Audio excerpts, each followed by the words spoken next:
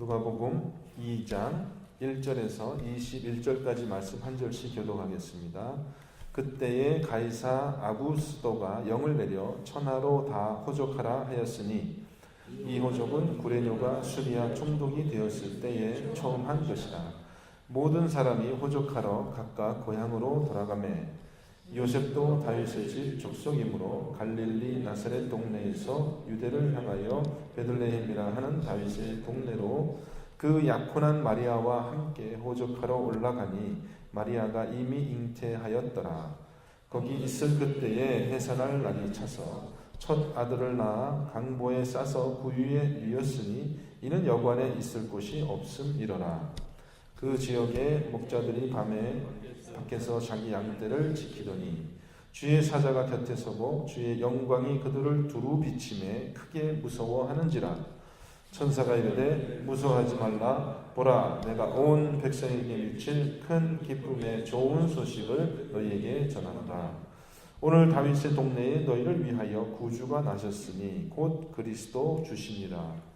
너희가 가서 강보에 쌓여 구유에 누여 있는 아기를 보리니 이것이 너희에게 표적이니라 하더니 호련히 수많은 천군이 그 천사와 함께 하나님을 찬송하여 이르되 지극히 높은 곳에서는 하나님께 영광이요 땅에서는 하나님이 기뻐하신 사람들 중에 평화로다 하니라. 천사들이 떠나 하늘로 올라가니 목자가 서로 말하되 이제 베들레헴으로 가서 주께서 우리에게 알리신 바 이 이루어진 일을 보자 하고 빨리 가서 마리아와 요셉과 구유에 누인 아기를 찾아서 보고 천사가 자기에게 이 아기에 대하여 말한 것을 전하니 듣는 자가 다 목자들이 그들에게 말한 것들을 놀랍게 여기되 마리아는 이 모든 말을 마음에 새기어 생각하니라. 목자들은 자기들에게 이르던 바와 같이 듣고 본 그 모든 것으로 인하여 하나님께 영광을 돌리고 찬송하며 돌아가니라. 네, 거기까지 말씀 보겠습니다. 22절까지만 말씀 보겠습니다. 자, 오늘 본문 말씀 구유에 누인 아기라는 제목으로 말씀 증거하겠습니다. 구유에 누인 아기. 오늘 본문은 누가가 전하는 예수님의 탄생 이야기입니다. 아시다시피 예수님의 탄생 이야기는 마태복음과 누가복음 두 곳에 기록되어 있는데 예수님께서 베들레헴에서 태어나셨다라는 그 사실을 제외하고는 이 두 이야기, 마태복음의 탄생 이야기하고 누가복음의 탄생 이야기가 서로 굉장히 다른 그런 관점에서 기록된 것을 우리가 보게 됩니다. 마태복음에는 헤롯 왕이 등장하고요. 또 동방 박사가 나와서 이 태어난 아기 예수가 유대인의 왕이시다라는 것을 그렇게 강조하고 있습니다. 유대인의 왕으로 오신 예수 그리스도를 강조하고 있어요. 그래서 헤롯과의 갈등이라든지요, 또 이 동방 박사가 왕이 받을 만한 그런 귀한 예물들을 드리는 그런 것으로 이제 아기의 탄생을 이야기하고 있고요. 반면에 누가는 천사가 등장해서 이스라엘의 구주 곧 그리스도의 탄생 소식을 목자들에게 전하는 그런 조금 다른 이야기를 통해서 이 두 복음서의 관점이 조금 차이가 있는 것을 보게 됩니다. 자, 그러면 본문 1절부터 7절까지 먼저 예수님께서 어떻게 베들레헴에서 출생하게 되었는지 그 경과를 이제 설명하고 있습니다. 왜 예수님이 베들레헴에서 태어나게 되었는가? 자, 여러 가지 여건을 생각해 보면은 사실 그게 우연히 된 일이 아니라는 것을 이야기하고 있습니다.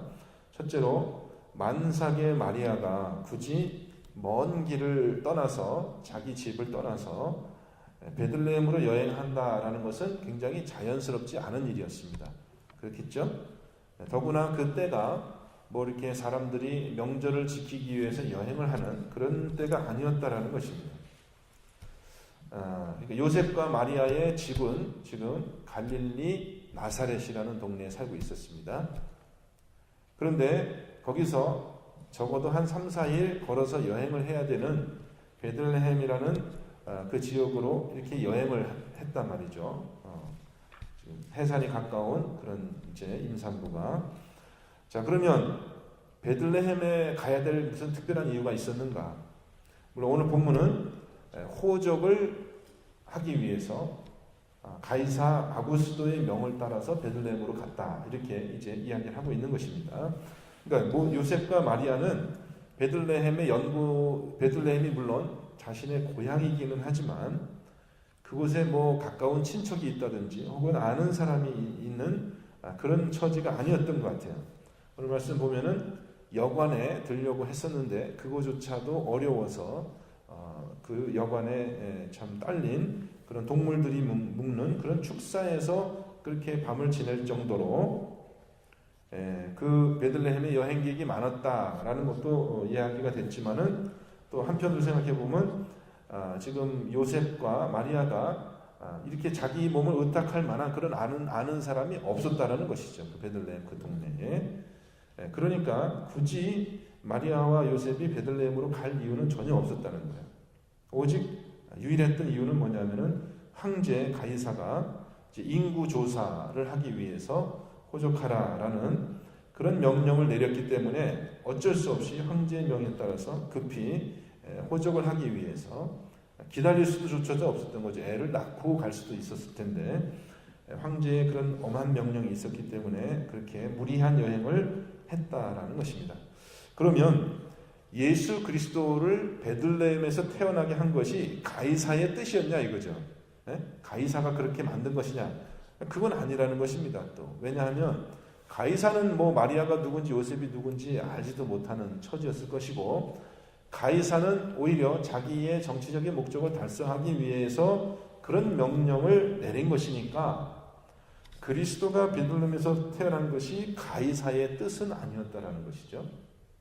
그렇죠? 가이사가 어떤 역할을 하긴 했지만, 그렇다면은 부모인 요셉과 마리아의 뜻도 아니었어요. 요셉과 마리아가 내가 우리 아기를 베들레헴에서 낳아야지라는 생각을 가지고 여행한 것이 전혀 아니었다는 것입니다. 그러면 누구의 뜻으로 이 아기 예수가 베들레헴에서 태어났냐? 누가의 숨은 그런 주장은 간단한 것이죠. 그것이 하나님의 뜻이었다라는 것입니다. 하나님의 뜻대로 이 가이사가 그런 명령을 그때 내렸던 것이고, 하나님의 뜻대로 이 두 사람이 여행을 해서 베들레헴에서 이 아기가 태어나게 되었다는 것입니다. 그러면 왜 하나님은 이 아기를 베들레헴에서 태어나게 했느냐? 그것은 물론 선지서에 이제 다 예언이 되어 있죠. 미가서에 베들레헴에서 이제 이 목자가 이스라엘의 구주가 태어날 것을 예언이 되어 있지만은, 베들레헴이라는 동네의 그 상징적인 의미는 뭡니까? 베들레헴은 뭐로 유명해요?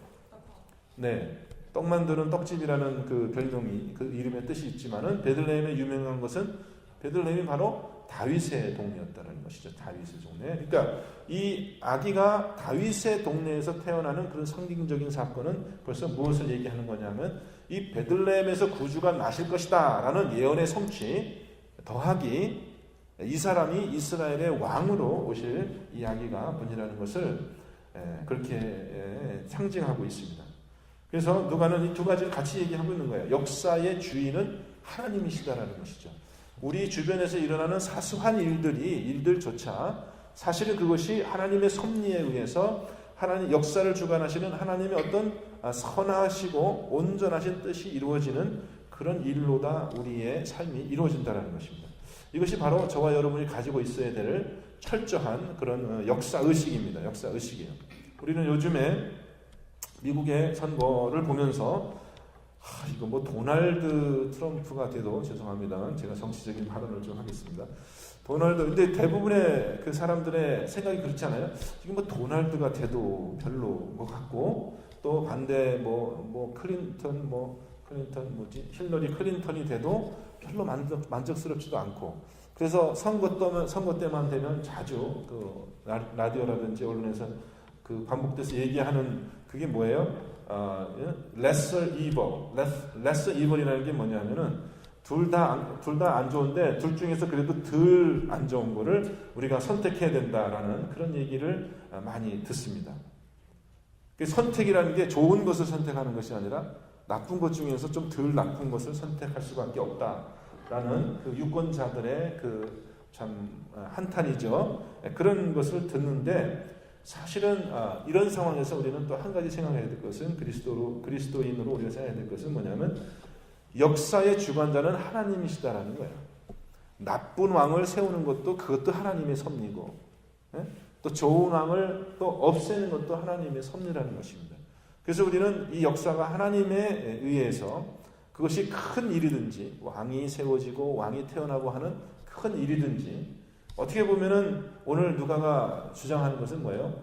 이 아기가 강보에 쌓여서 구유에 태어나는 그 어떻게 보면은 참 아무도 주목하지 않는, 누구도 주목하지 않는 시골 동네에서 일어난 아주 그 하찮은 일이든지, 아니면 황궁에서, 로마 황궁에서 황제가 태어나는 그런 역사적인 의미가 부여되어 있는 그런 큰 일이든지 상관없이 그것이 다 하나님의 섭리에 의해서 일어난다.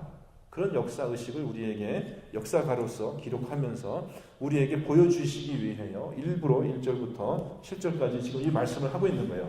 저와 여러분의 삶 속에서 일어나고 있는 사소한 일들조차도 그것이 다 하나님의 주권 하에 어떤 역사적인 의미를 가지고 일어나는 일이다. 그것이 우리가 역사를 바라보는 올바른 관점이 되겠습니다. 이 세상에는 우연히 일어나는 일이 없어요. 우연히 일어나는 일이 없습니다. 자, 도널드 트럼프가 혹시 대통령이 됐다고 합시다. 누구의 뜻에 의해서? 도널드 자신의 뜻에 의해서 왕이 된 것입니까? 유권자들의 뜻에 의해서 왕이 된 것입니까? 그렇게 보이죠, 우리 눈에는. 그런데 사실은 그게 아니라 그 모든 것이 하나님의 뜻에 의해서 그렇게 된다.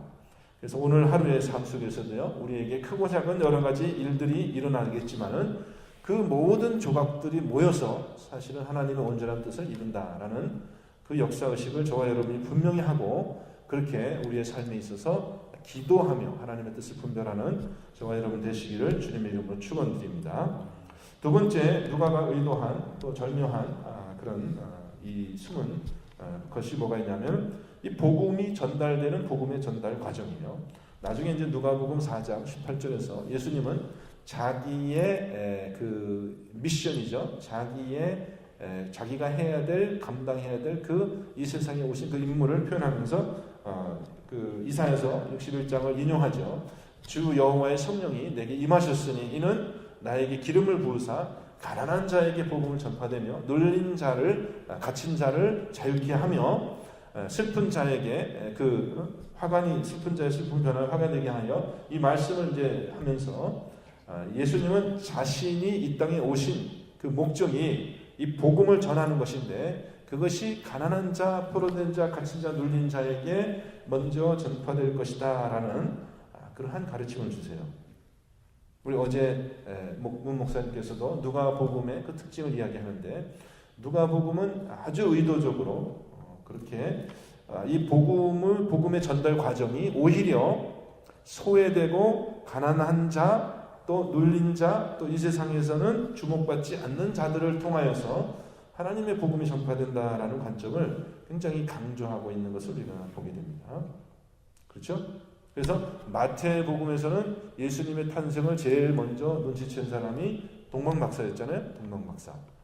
아주 똑똑한 사람이고 그 상당한 가치를 가진 예물을 준비할 수 있을 정도의 그런 사람이었고, 또 예수님의 탄생 소식이 헤롯의 궁에 먼저 전해져서, 물론 헤롯이 나쁜 의도를 가지고 이제 아기들을 죽이는 그런 비극적인 사건이 일어났습니다. 근데 누가복음에서는 그렇지 않고요. 굉장히 밝은 분위기의 천사들이 등장하여서 이 예수님의 탄생을 이렇게 축하하는 그런 경배가 나오고, 또 그 복음이 천사를 통하여서 먼저 들에서 양을 지키던 목자들에게 전달되어져 가는 그런 장면들을 우리가 이제 8절 이하에서 보게 됩니다. 그것이 누가의 상당히 의도적인 그런 편집이었다라는 것이죠. 예수님의 그 탄생을 여러 가지 각도에서 보고 기록할 수 있습니다. 그런 자유가 있었습니다. 복음 저자들에게. 그래서 이렇게 기록할 수도 있고 이렇게 기록할 수도 있고, 그것이 사실이니까요. 그렇지만 누가는 이제 그런 관점, 자기가 바라보는 그런 관점을 강조하여서 이제 예수님의 탄생에 그 밤에 있었던 일을 기록해 나가고 있습니다. 자, 이 천사가 누구냐? 목자들에게 예수님의 탄생을 지금 전해주었던 이 천사는 이름은 명확하지 않지만 앞에 이제 요한, 세례 요한과 예수님의 수태를 고지했던 가브리엘, 천사 가브리엘이 또 똑같은 역할을 지금 하고 있지 않을까라고 우리가 생각할 수 있고요. 천사들이 목자에게 전한 소식은 무엇이냐? 온 백성에게 미칠 큰 기쁨의 좋은 소식이다. 여기서 큰 기쁨, 큰 기쁨. 그러니까 이 누가복음의 특징은 뭐냐면 복음이 가는 곳마다 기쁨이 넘쳐나는 겁니다. 그래서 복음이 누구에게 전달되고 나면 항상 어떤 이야기가 끝날 때마다 저들이 기뻐하며 돌아가더라, 크게 기뻐했더라라는 그런 표현들이 많이 나오는데, 이 기쁨의 좋은 소식, 이것이 원어로 우리가 잘 아는 유한겔리온, 유한겔르조마이라는 그런 단어로 표현되어 있는데, 이것이 바로 복음이라는 뜻이죠. 좋은 소식이라는 뜻이. 우리가 요즘에 이반젤리즘이라고 얘기하는 그 단어의 그 근원이 되는 그 말이에요. 좋은 소식. 즉 천사가 지금 목자에게 전한 그 소식이 무엇이냐? 그것이 좋은 소식인데 몇 사람에게 좋은 소식이 아니라, 몇 사람에게만 영향을 미치는 좋은 소식이 아니라 그것이 온 백성에게 미칠, 온 백성에게, 유대인뿐만 아니라 모든 백성에게 미칠 좋은 소식이고, 그것이 큰 기쁨의 소식이다. 여러분, 제가 지난해 마지막에 이제 복음에 대해서 당시 로마 제국에서 이 복음이란 말이 어떤 뜻으로 사용되었는지 조금 이렇게 주일 설교에 제가 전한 적이 있습니다. 황실의 아들이 태어났다든지, 혹은 로마 군대가 전쟁에 이겼다든지 하는 이런 좋은 소식을 이제 파발을 띄워가지고 그 로마가 잘 바꿔놓은 그 길을 통해서 이제 온 민족에게, 로마가 점령하고 있는 모든 족속과 방언들에게 이제 그것을 번역하여서 전하는, 그것이 로마 시대의 복음이었습니다. 그런데 지금 천사들은 이 베들레헴이라는 산동네에서 조그만 그것도 마구간에서 태어난 이 한 아이의 탄생 소식이 로마 황실에서 황제의 후손, 황자라고 우리가 보통 얘기하죠. 황자가 태어난 것과 비견될 만한 그런 소식이라고 사실은 지금 얘기하고 있는 것이죠. 큰 기쁨의 좋은 소식. 모든 백성에게 미칠 좋은 소식. 이런 좋은 소식이라면 당연히 로마의 황실에서 그런 소식이 나와야 될 것이고 전달되어야 될 텐데, 그런 로마의 황실에서 전하는 그런 파발이 아니라 하늘의 천사를 통해서 이 소식이 전달되었다라는 것입니다. 참 이것이 의미가 있죠. 하늘의 천사가 이 소식을 전하고 있다라는 것이 바로 이 복음이, 이 복된 소식이 황실의 그 복음과 비교해서 전혀 뒤지지 않는 그런 역사적인 그런 의미가 있을 뿐 아니라 또 영적인 의미가 있는 그런 사건인 것을 강조하고 있습니다. 그러면 천사가 전한 기쁨의 소식이 뭐예요? 무슨 소식을 전했어요? 11절에 보면은 우리 같이 한번 11절 같이 한번 읽겠습니다. 오늘 다윗의 동네에 너희를 위하여 구주가 나셨으니 곧 그리스도 주시니라. 이렇게 됐어요. 오늘 이 베들레헴에 태어난 그 아기가 구주, 또 그리스도 주다, 이렇게 이야기를 한 것입니다. 물론 이제 그리스도라는 말은 유대인의 관점에서는 메시아를 얘기하는 거죠. 메시아, 유대인의 왕을 이야기합니다. 그래서 이 아기가 그리스도다라는 말은 유대인들에게 참 깜짝 놀랄 만한 그런 일이었죠. 자기들이 그렇게 기대하고 있고 대망하고 있던 그 이스라엘을 회복시킬 그 왕, 유대인의 왕이 지금 오늘 밤에 이 베들레헴에서 태어났다. 그렇게 얘기를 하는 것입니다. 또 주라는 호칭은 뭐예요? 주라는 호칭은 구약 성경에서는 하나님을 호칭하는 그런 호칭으로 구약 성경에 쓰이기도 했지만은 당시 로마 제국의 그 시대에서는 이 주라고 하는 것은 가이사 황제에 대한 호칭입니다. 황제를 주라고 칭하는 것이죠. 구주라는 칭호도 마찬가지입니다. 우리가 영어로 Savior라고 하지만은 이 구주라는 칭호도 로마 시대의 당시 황제에 대한 호칭이었어요. 감히 황제 말고 그 어느 누구도 그러한 호칭을 쓸 수 없었습니다. 그러니까 지금 천사가 전하는 이 소식은 아주 깜짝 놀랄만한 소식이에요. 유대인의 왕이시며 로마 황제나 쓸만한 그런 호칭을 가진 그런 아기가 지금 이 밤에 베들레헴에서 태어났다. 그러니까 무식한 그 목자들이 이 천사의 말을 듣고 그게 도대체 무슨 뜻인지 제대로 알아들었을까? 지금 무슨 말을 하는 거지? 알아들었을까? 만약 천사가 아니라 어떤 평범한 사람이 그런 얘기를 했다면 웃고 말았을 겁니다. 아니, 무슨 그런 헛소리를 하냐고. 그런데 그 소식을 전한 전달자가 천사였기 때문에 목자들은 그 소식을 그냥 무시할 수가 없었던 것이죠. 그냥 흘려넘길 수가 없었던 것입니다. 뿐만 아니라 이 천사는 자신의 말을 증명하기 위해서 한 가지 표적을 제시하는데 12절 말씀이죠. 너희가 가서 강보에 쌓여 구유에 놓인 아기를 보리니 이것이 너희에게 표적이니라. 한번 가서 찾아보라는 것입니다. 여러분, 베들레헴의 인구가 뭐 그렇게 많지 않을 것입니다. 베들레헴의 사는 인구가 뭐 몇 명이겠어요? 뭐 많아도 아마 내 생각에 1000명을 넘지 않았을 것 같아요. 베들레헴의 인구가 당시 그 동네에서 아기가 그날 태어났다. 몇 명이 뭐 태어났을까요? 그날 그 밤에 그 베들레헴에서 아기가 몇 명이나 태어났을까요? 뭐 많이 태어날 수는 없었겠죠. 그 적은 인구 사이에서. 그런데 거기에 혹시 그 밤에 몇 명의 아이가 태어났다 해도 동물이 살고 있는 그 마구간에 강보에 쌓여서 구유에 놓인 아이를 찾는 것은 여러분 쉬운 일이었을까요? 어려운 일일까요? 쉬운 일이었을까요? 어려운 일이었을까요? 구유에 놓인 아이를 찾는 일이 별로 어렵지 않은 일이었어요. 그건 뭐 그 조그만 동네에서 아기가 태어난 거 다 소문이 났을 테고 그 중에서 정말 그 동물이 사는 그 마구간에 구유에 누워 있는 아이를 찾는 것은 그렇게 어려운 일은 아니었습니다. 그것은 또 평범한 일도 아니었어요.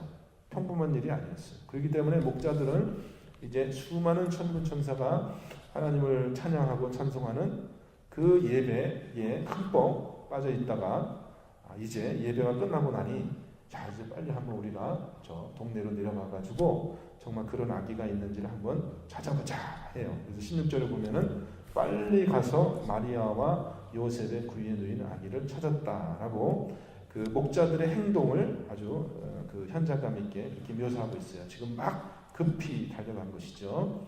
당연히 목자들은 천사들이 말한 것과 같이 그렇게 강보에 쌓여 구유에 놓인 아기를 찾았고 그 아기를 찾고 나자 이제 이 목자들에게는 더 큰 믿음이 왔겠죠. 아 그렇구나. 이 아기가 정말 천사들이 전하해 준 것 같이 우리를 구하여 줄 그런 구주시구나. 그 얘기를 이제 동네 사람들하고 이제 예수님의 부모에게 다 그 얘기를 전달했습니다. 자, 그 얘기를 듣고 사람들은 반신반의하겠지만은 물론 그리스도의 복음은 여기서 그리스도의 탄생에서 끝은 아닙니다. 이제 누가복음은 계속되면서 이제 이 아기가 자라나셔서 당신께서 직접 천국 복음을 가난한 자들에게 가르치시고 복음을 선포하시고 십자가에 죽으시고 부활하신 사건을 이제 계속해서 이제 이야기할 텐데 어쨌든 오늘 예수님의 탄생 이 이야기만 보더라도 우리는 이 누가가 전하는 이 복음이 얼마나 진실되고 합당한 것인지 또 성경의 말씀이 얼마나 정확하게 여기서 성취되고 있는지 또 하나님의 뜻이 이 모든 사람들에게 특별히 가난한 사람들에게 복음을 전하는 그 하나님의 뜻이 착오 없이 이렇게 이루어지고 있는 것을 우리가 보게 됩니다. 이 예수 그리스도의 탄생 소식이 이제 2000년 동안 누가의 복음을 통해서 전해져서 저와 여러분에게도 이 소식이 들려지게 됐다는 것이죠. 이것이 정말 저와 여러분에게 큰 기쁨의 소식이 되었습니까? 오늘날 다윗의 동네에 한 아기가 태어났는데 그것이 그리스도시며 주시다라는 것이 저와 여러분이 들은 소식이에요. 그 소식을 우리는 듣고 그 소식을 믿고 우리는 예수 그리스도를 나의 주다라고 그렇게 우리는 믿음으로 고백한 것이죠. 그것이 저와 여러분에게 큰 기쁨의 소식. 또 이 천군 천사들이 참 기뻐하며 지극히 높은 곳에서는 하나님께 영광이요. 땅에서는 뭡니까? 땅에서는 하나님이 기뻐하시는 사람들 중에 평화로다. 이 소식이 우리의 삶 속에 그대로 성취되었는가라는 것을 이 시간 한번 우리가 묻기를 소원합니다. 이것은 정말 말 그대로 복음이었습니다. 기쁜 소식이었습니다. 그래서 이 소식을 들은 모든 사람들은 기뻐했고 오늘날도 이 복음이 가는 곳에는 이 하나님의 평화와 또 하나님의 영광이 전해지며 많은 사람들에게 기쁨을 주는 것이 되겠죠. 물론 우리 믿음에 시련이 있고 우리가 인내해야 될 그런 것들이 우리 삶에 있지만 기본적으로 예수께서 우리의 구주가 되셨다라는 이 소식은 우리에게 참 말할 수 없는 또 마르지 않는 그런 기쁨을 만들어내는 그런 복된 소식이 되어야 될 줄 믿습니다. 오늘 여러분의 삶 속에서 정말 이 복음이 살아서 역사하여 우리 속에 기쁨을 만들어내고 우리가 정말 이 천군 천사와 같이 그렇게 하나님을 찬양하는 그런 예배자가 되어야 될 줄 믿습니다. 오늘 하루의 삶을 그렇게 사시고요. 또 우리 저녁 때 함께 모여 기도하는 귀한 일 있도록 여러분께 그렇게 주님의 이름으로 축원드립니다. 함께 기도하겠습니다. 하나님, 2000년 전에 전해졌던 이 복음의 소식이 우리에게도 전해졌고 우리도 이 아기의 예수의 탄생을 기뻐하며 찬양했던 그 천군 천사의 예배에 동참하게 되었습니다. 하나님, 성탄절에만 듣는 소식이 아니라 오늘 우리에게 들린 이 소식이 우리의 삶 속에 기쁨이 되게 하여 주십니다. 그래서 우리가 감격과 감사로 주님을 예배하는 하루가 되게 하여 주옵소서. 주님 함께 하여 주신 귀한 은혜를 감사드리며 예수 그리스도 이름으로 기도합니다. 아멘.